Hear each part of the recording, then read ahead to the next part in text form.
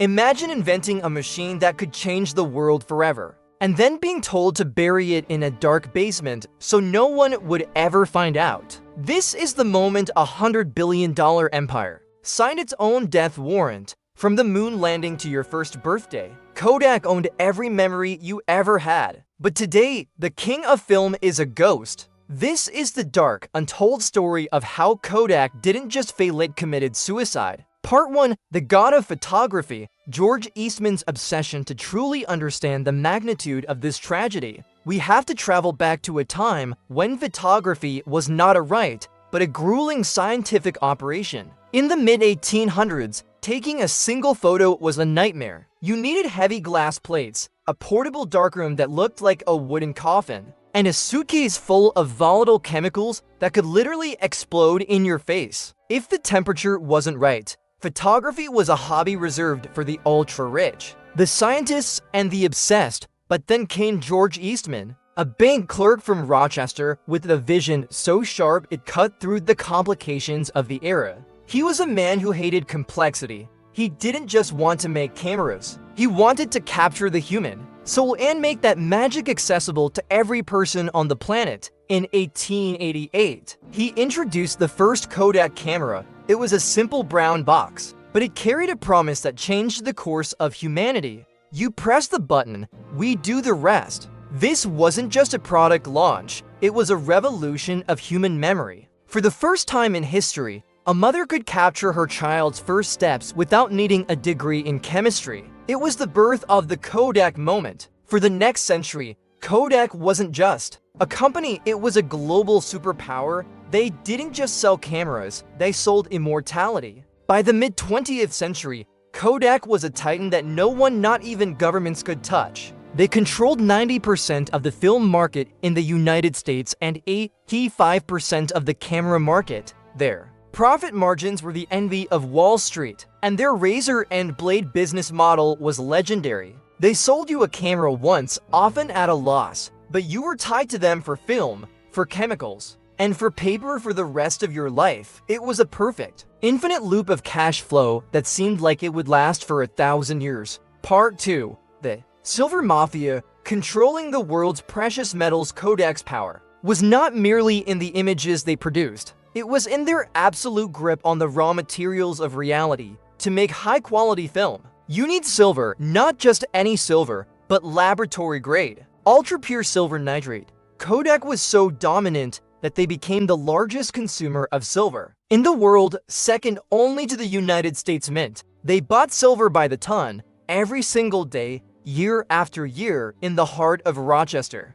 New York. Kodak Park housed secret, high-security vaults filled with shimmering silver bars. The company was so influential that they could move the global market price of silver just by shifting their production schedule for a single week. They were turning millions of dollars worth of precious metals into tiny rolls of yellow box film every hour. This wasn't just manufacturing, it was a form of corporate alchemy. They were literally turning cold, hard metal into the warm, emotional fabric of family memories. This level of wealth created an atmosphere of absolute, blinding invincibility inside the company's headquarters. The executives felt they weren't just part of the global economy, they believed they were the economy.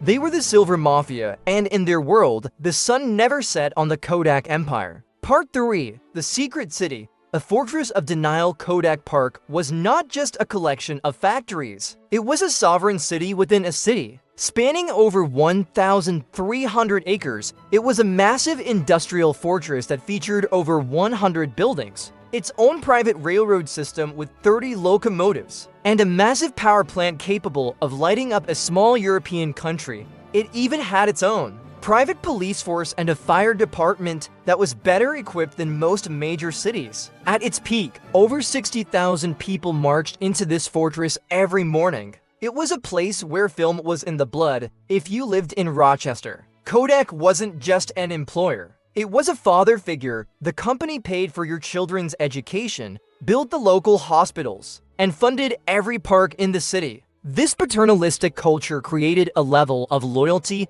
that bordered on religious devotion. But this devotion had a dark, Dangerous side, a deep-seated, institutional fear of anything that might disrupt the film empire. This culture of absolute loyalty eventually curdled into a cult of denial. To suggest that film might one day disappear was considered a form of corporate heresy. The walls of Kodak Park weren't built to keep competitors out. They were built to keep the changing world away. Part 4, The Atomic Secret. The nuclear reactor in the basement. In the annals of corporate history, there are secrets. And then there is the Kodak nuclear reactor. This sounds like the plot of a Cold War thriller, but it is 100% historical fact. Kodak was so obsessed with the perfection of their film that they operated a private nuclear reactor deep underground in the basement of Building 82 at Kodak Park. It was a californium neutron flux multiplier, a device used to check for the tiniest impurities in the chemicals and silver they used. Even a microscopic speck of dust or the wrong isotope could ruin a million rolls of film, and Kodak would not allow that. This reactor was kept a total secret from the public for over 30 years. It was only discovered after the 9/11 attacks when the federal government tightened security and forced Kodak to disclose its existence. This level of power is unheard of for a private consumer company. They were willing to harness atomic energy just to ensure that your holiday snapshots had the perfect color balance. But here is the irony. While Kodak's scientists were staring at atoms and neutrons, they were completely blind to the digital revolution that was exploding in the world outside their basement. Part 5, The Spy in the Lens. Kodak's dark partnership with the CIA. During the height of the Cold War, Kodak had a secret partner that paid them hundreds of millions of dollars. The United States government. While you were using your Kodak Instamatic to take photos of a family picnic, Kodak's elite engineers were building the eyes of the empire for the CIA and the Pentagon. They developed the specialized film and high-precision lenses for the U-2 spy planes and the top-secret Corona satellite program. Kodak was capturing the most sensitive military secrets of the Soviet Union from the edge of space. Their lenses were so powerful they could take a photo from miles above the Earth and allow analysts to read a license plate in red square. This relationship with the military-industrial complex gave Kodak a dangerous sense of national importance. They felt they were the guardians of American security, a company too vital to the state to ever be allowed to fail. They weren't just a brand, they were a pillar of the Cold War. This massive ego was the first brick in the wall of their eventual collapse, making them feel untouchable even as the ground beneath them began to shake. Part 6, The Toaster of 1975. The birth of the digital killer. The year is 1975. A pivotal moment in human history. In a quiet, cluttered corner of a Kodak laboratory, a 24-year-old engineer named Steve Sasson was tinkering with spare parts. He had been given a vague, low-priority project. See if you can do something with these new electronic sensors called CCDs. After months of working in isolation, Steve built a device that looked like a high-tech toaster. It was a tangle of blue circuit boards, miles of copper wire, and a lens scavenged from a Super 8 movie camera. This toaster was the world's first digital camera. It captured a black and white image with a resolution of 0.1 megapixels and took 23 seconds to record it onto a standard digital cassette tape. Steve knew he had just invented the future. He called the top-tier executives of Kodak into a prestigious, wood-paneled boardroom. He pressed the button, waited the 23 seconds, and showed them a flickering image on a television screen.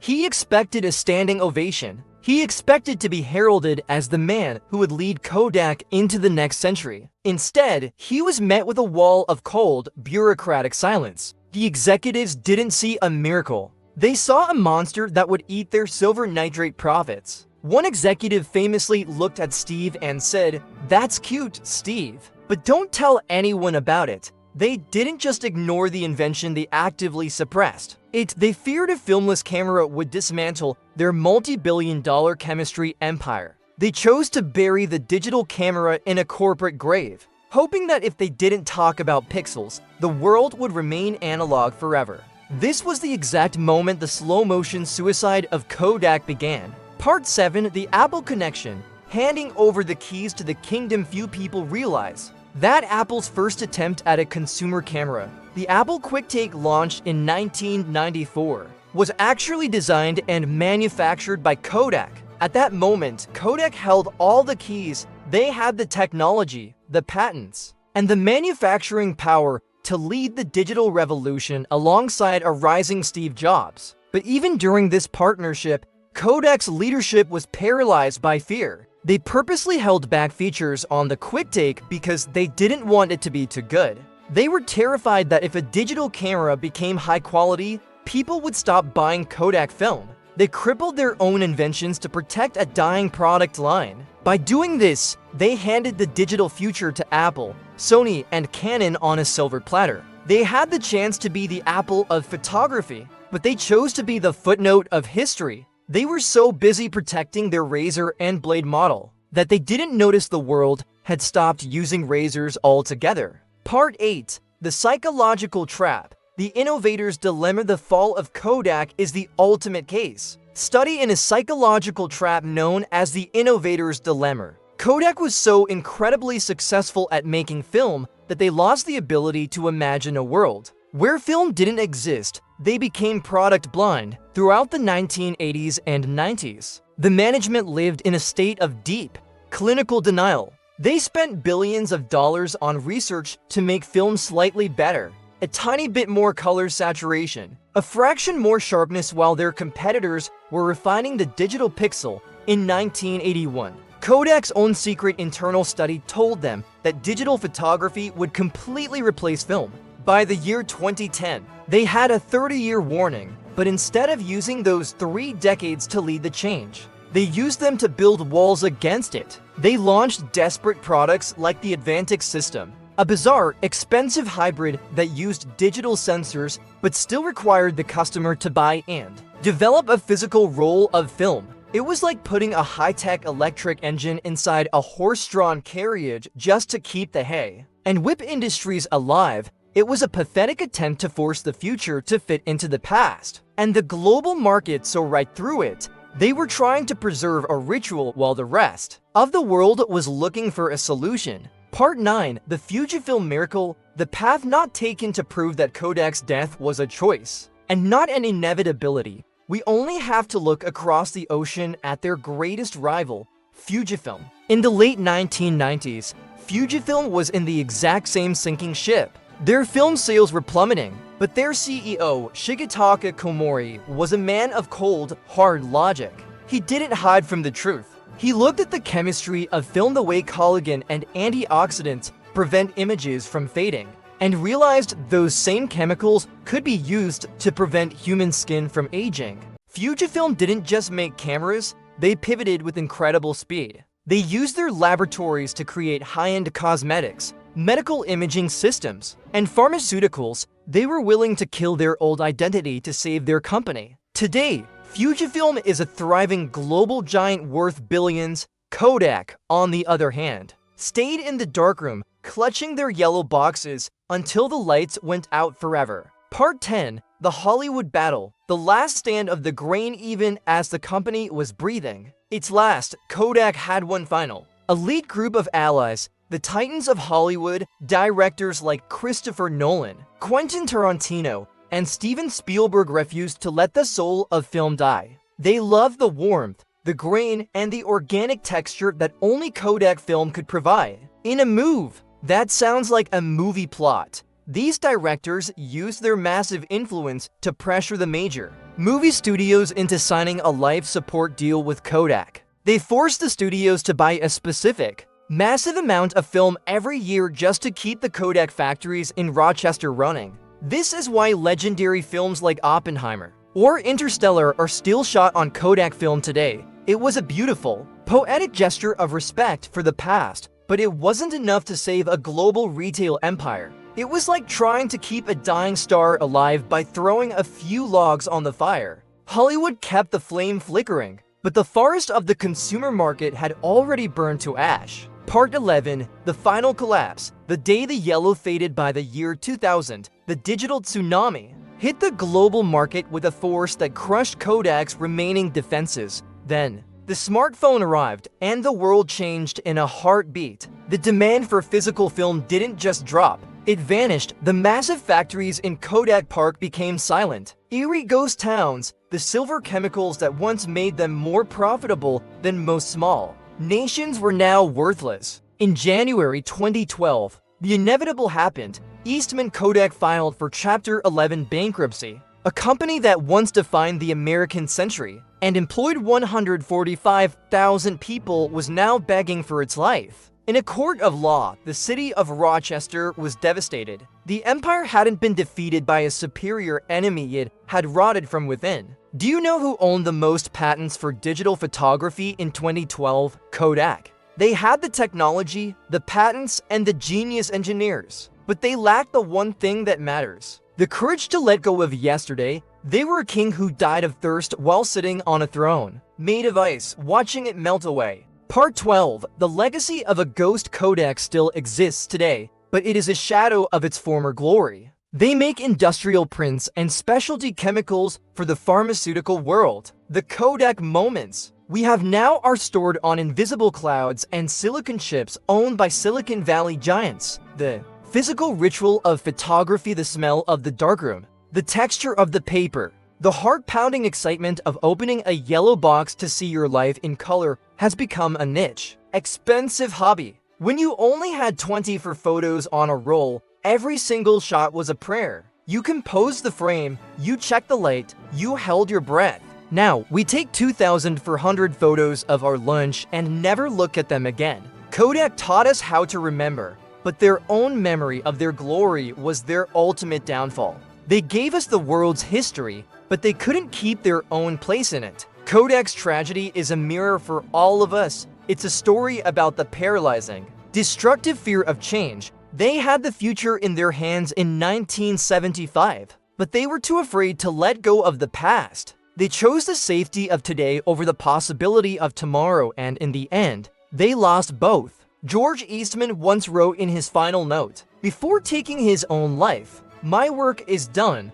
Why wait?" Perhaps the company he built felt the same way. They had completed their mission of capturing the world's memories, and in doing so, they became a memory themselves. As we walk through the ruins of these vanished empires, we realize that nothing is permanent, not even the giants who once felt like gods. The Kodak moment isn't a brand anymore. It's a warning to every leader and every creator. If you don't adapt, you don't just lose your business, you become a history lesson. Thank you for traveling back in time with us. If you want to uncover more stories of the brands, the stores, and the rituals that the world forgot, make sure to subscribe to The Vanished Era. Join our community of history seekers. Don't let the memories fade away. We'll see you in the next chapter of our past.